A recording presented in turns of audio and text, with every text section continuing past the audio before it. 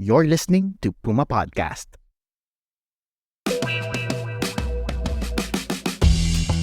Magandang araw po. You're listening to Teka Teka. And in this episode, we're having a conversation about Pogos, one town in Tarlac, Bamban,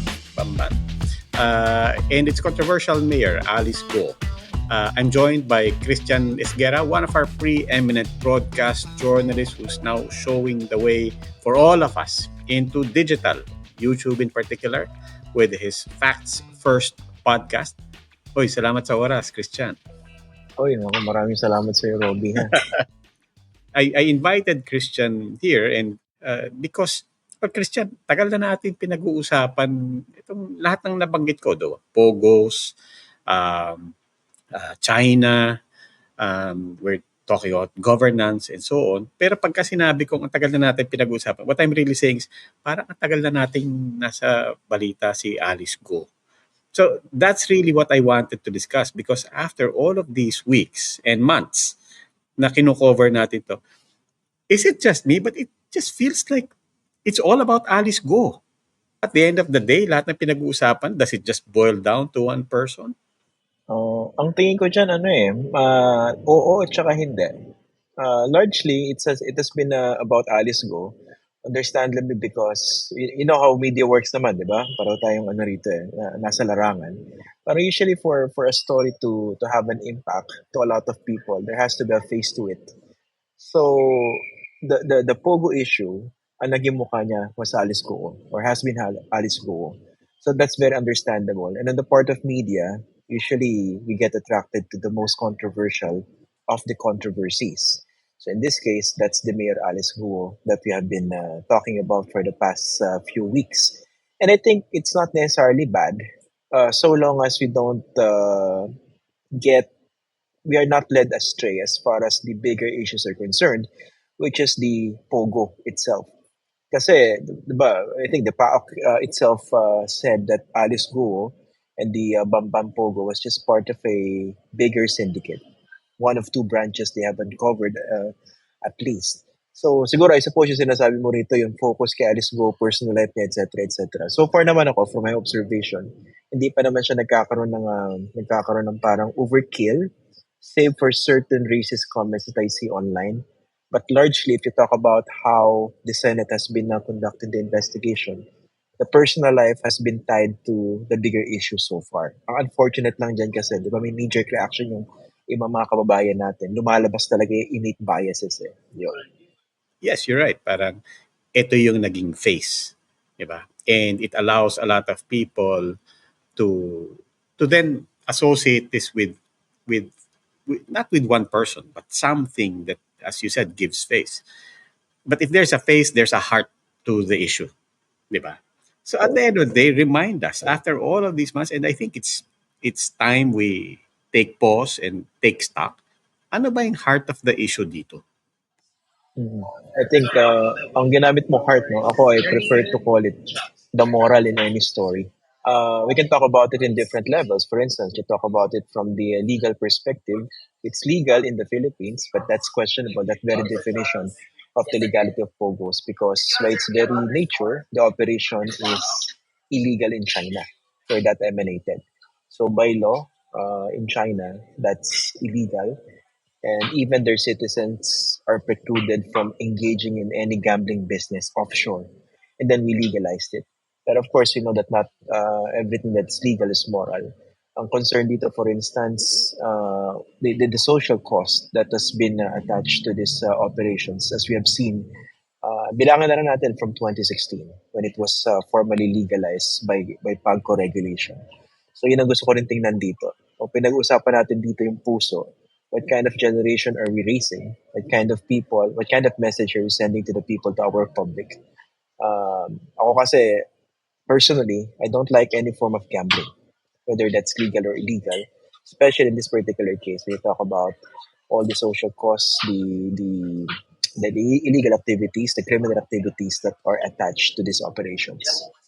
Notwithstanding you're expressing your own personal stance on this, you can be completely objective about this and basically say, look, China mismo pinagbawal yan. China mismo sinabi sa Pilipinas, itigil nyo na yan. Kami, for our part, kakancel namin yung mga passport na mga yan kung hindi mag-uwian. So there is an objective position here that it is in fact illegal. And yet, dito, it is a debate. Should we legalize? Should we ban pogos? It's a real debate, which brings me now to my question. Remind us again, Christian, tuwing may congressional hearing, tuwing may Senate hearing, parating sinasabi ng mga politicians natin, ng mga senador natin, mga congressman natin, huwag kayong mag-alala, in aid of legislation naman to di ba? Hindi lang naman kami pumoporma dito for forma's sake. Pero, sige nga, what was the original legislative agenda here? What is the original societal agenda here? In aid of what ba to? Officially. Okay. Tama yung sinabi ni, tama yung sabi mo, Robbie, no? Kasi as we have seen in the past, yung mga congressional investigations, hindi naman nagiging in aid of legislation. Nagiging in aid of election or in aid of prosecution. Pero ito, for a change, dito sa hearing na nakikita natin ngayon, ako personally, having covered the previous POGO hearings by the Senate, siguro may mga minimal manifestations of grandstanding doon sa ilang mga nagpapataas ng political profiles nila, not just for 2025 but also for 2028. Pero so far kasi, there have been two initiatives regarding this. The first one was in 2023 that was spearheaded by the head of the Senate Ways and Means Committee, Senator Gatchalian. And they came out actually with a rather comprehensive committee report. Our recommendation was to ban POGOs. Even if Gatchalian was among those that voted in favor of a law that would tax POGOs. Kasi two levels yung naging legitimization ng POGOs. The first one was in 2016 when PAGCO regulated that. And then second, I think 2 years later, when the law was signed by President Duterte, taxing POGOs.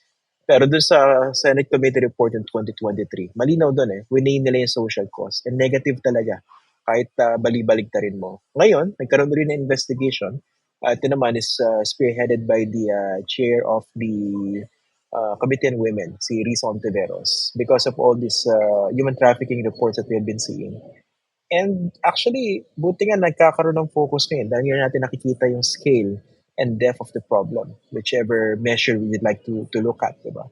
So, yun, for a change, hindi ko masyado nakikita yung grandstanding. May ilang mga nagpapapansin, pero at least the main characters doon sa hearing sa Senate, nakikita natin that they're very diligent with their homework, which is important in legislative work.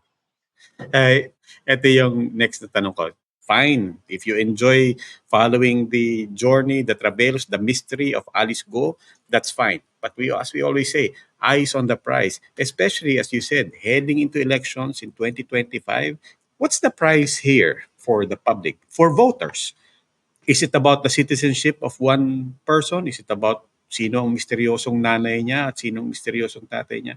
Or meron bang mas malaking bagay dito na bilang isang mamamayan at isang botante, this will make me a better citizen as we head into a crucial time for making decisions?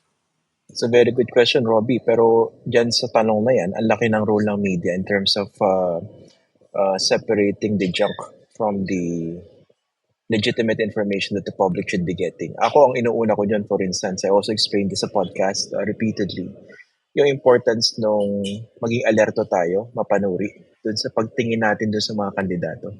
Kasi POGO money, before may experience tayo dyan, wetting money, drug money, being used to fund, let's say, political candidates. We have to watch out really for the so-called Manchurian candidates. I don't think we should set that aside. Isipin natin, it's just a myth. It's not, diba? We saw that in 2016. We probably saw that in 2019 and also in 2022. What would stop POGOs from funding yet another set of candidates that would push their agenda in 2025, diba? Legislature, at hindi lang doon sa mga local political positions. Yun yung number one. Number two, let's not fall for the melodramatic narratives that actually, ang naghahabi naman yun yung camp ni Alice Go, sa totoo lang And if you ask around, there was really an effort to come up with a melodramatic narrative. And I think isa nga diyang colleague natin mukhang nagamit pa diba, exclusive interview. Of course, kahit pa paano, nagkaroon din naman ng nagkaroon ng use yun, di ba? Pero pag na-fixate tayo din sa mukha na yun, delikado. Basta dapat isa-isahin natin, for instance, paano nakatakbo si Alice Guo. May sagot yun yung COMELEC, and honestly, you cannot blame them kasi hindi nila trabaho yun dahil yung batas natin 1985 that actually predates our constitution. Number 2, kung ganun pala yung limitations ng batas natin, why don't we actually recommend dito sa lalabas sa committee report to actually fix that error? Anong gagawin ba siya ng mga legislators natin? Puro kayo reklamo rito sa mga POGO-funded candidates sa possibly nakakalusot sa COMELEC. Pwede magsama-sama kayo mga legislators para amyendahan or i-revisahin yung Omnibus Election Code natin.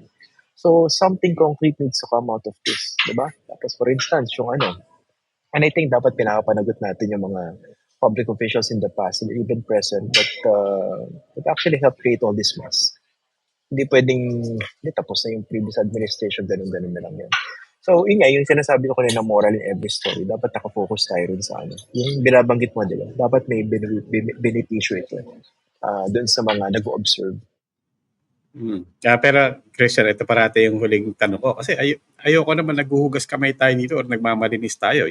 To your point, we talked about our legislators, ito agenda nila, ito yung tao, ito yung mamamayan, ito dapat agenda nila. Tayo, as you said, we are supposed to play a role. Tayo sa media. But it's hard. Kasi alam natin kung saan nagre-react yung mga tao. You teach journalism, I know. Anong payo natin sa sarili natin? How do we keep focus?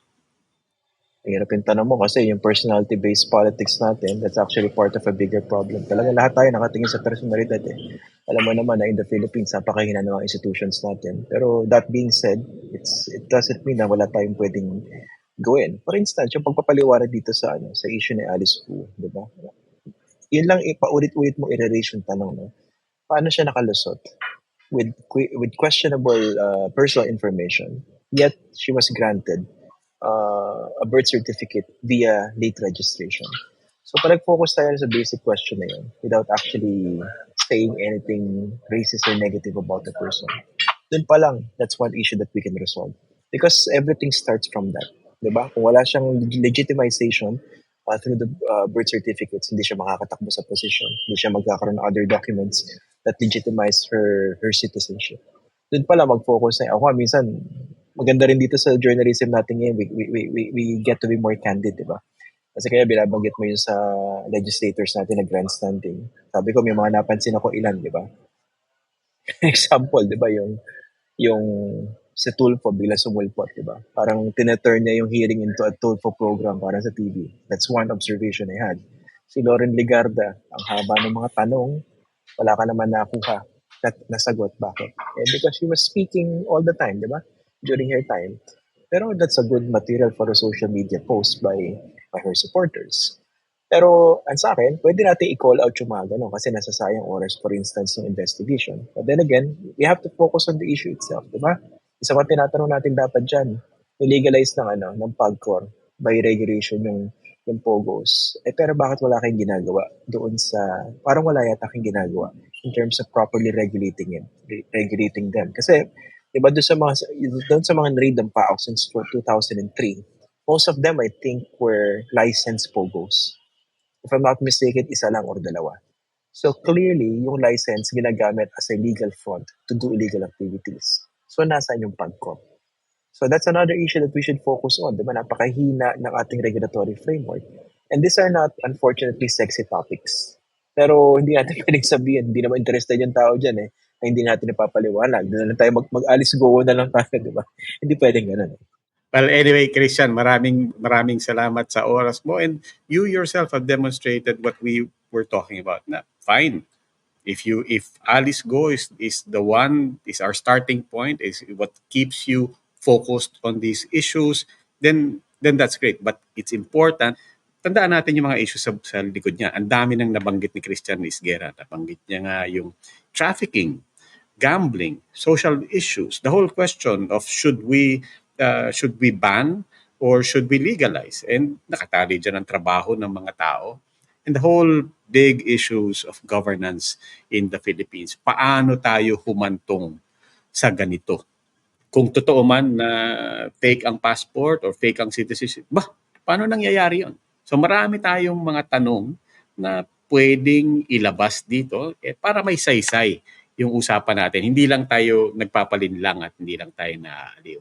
Fair. Isa ko lang dadagdag pala, baka makalimutan ko. Dapat i-call out natin tong mga legislators natin na biglang, iba naman consistently maingay sa Pogo, pero iba biglang nag-iingay Pero pag inisip mo, bumoto nga kayo dun sa batas that basically legalize or legitimize Pogos, diba? It's something that we are supposed to do regularly as journalists, no? I-call out yung hypocrisies nitong mga public officials natin. Excuse natin to para baliktanawan din ang history ng ating mga politiko. Maraming salamat, Christian Esguera. And sa lahat po ng sumama sa atin, thank you for listening to this episode of Teka Teka. Muli, ako po si Robbie Alampay, Puma Podcast. You can of course follow Christian and his Facts First podcast on YouTube. And please do also continue to follow Teka Teka also on YouTube. And of course, our podcast is on Spotify and Apple Podcasts and gaya ng Facts First kung saan man kayo Puma-podcast. Maybe you have friends who are asking the same questions we're asking or are interested or at least intrigued by the same issues we like to discuss. Pakishare naman. It would mean so much for us if you did. Ako po si Robbie Alampay. This episode is edited by Pidoy Blanco with editorial support from our executive producer, Jill Caro. Maraming salamat po.